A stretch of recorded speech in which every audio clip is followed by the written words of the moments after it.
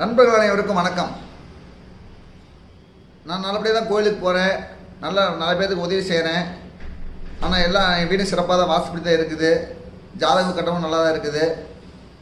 ஆனால் எனக்கு எது நல்லதே நடக்கலை, என்ன காரணம்னு தெரியல அப்படின்னு நீங்கள் புலம்புனீங்கன்னா அது நிச்சயமாக காரணம் சின்ன சூப்பரான விஷயமாக தான் இருக்குது. என்னென்னா வீட்டில் ஏதாவது தகடு கீது வச்சுருப்பீங்க. அதாவது தகடுன்னா அந்த பிரேம் போட்டு தகடு ஏதாவது வெளியெல்லாம் கொடுத்துருப்பாங்க, வாங்கியிருப்பாங்க. அதை வச்சு நல்லாயிருக்கு தொழில் விருத்தி அபிவிருத்தின்னு சொல்லியிருப்பாங்க.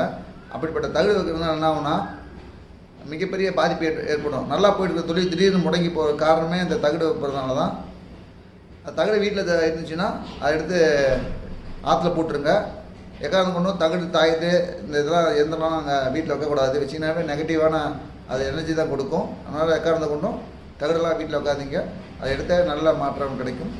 நன்றி, வணக்கம், வாழ்க வளமுடன்.